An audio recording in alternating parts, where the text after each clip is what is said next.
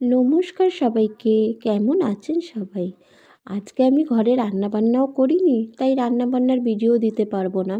আজকে আমি গিয়েছিলাম ব্যারাকপুরের অন্নপূর্ণার মন্দিরে। আমার বড় জা আর এই হলো আমার বড় জায়ের দিদি।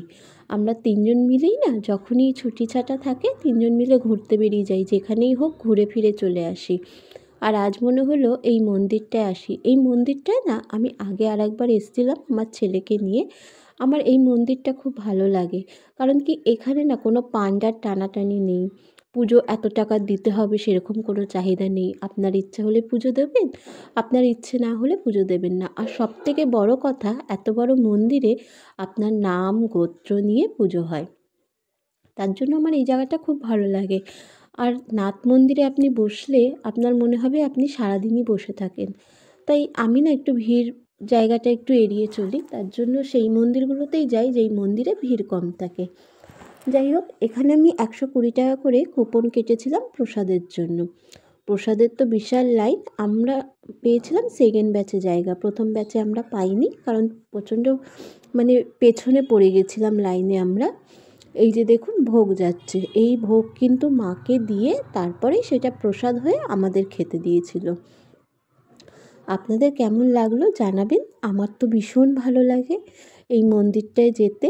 আপনারা ইউটিউব থেকে কিন্তু দেখে নিতে পারবেন যে এই মন্দিরে কিভাবে যাবেন, আর এখানে যাওয়ার আগের দিন ফোন করে প্রসাদের কুপন কেটে নিতে হয়, আপনারা এটা দেখে নেবেন।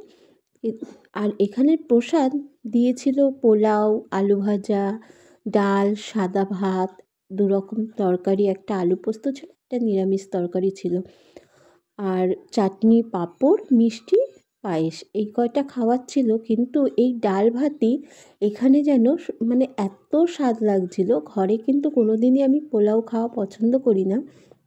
এর আগেও যখন খেয়ে এসেছিলাম তখনও বলেছিলাম খুব ভালো লাগে। এবারও জানি না এটা মায়ের কোনো আশীর্বাদ কিনা, ডাল ভাতও মনে হচ্ছে যে অমৃত লাগছে। আপনাদের কেমন লাগলো ভিডিওটা জানাবেন। দেখুন দিদিদের খাবার ভিডিও তুলছিলাম বলে লজ্জা পাচ্ছিল, বলছে তুই কি খাচ্ছিস না, তোরটাও তোল, তাই একটু আমাকেও দেখিয়ে দিলাম।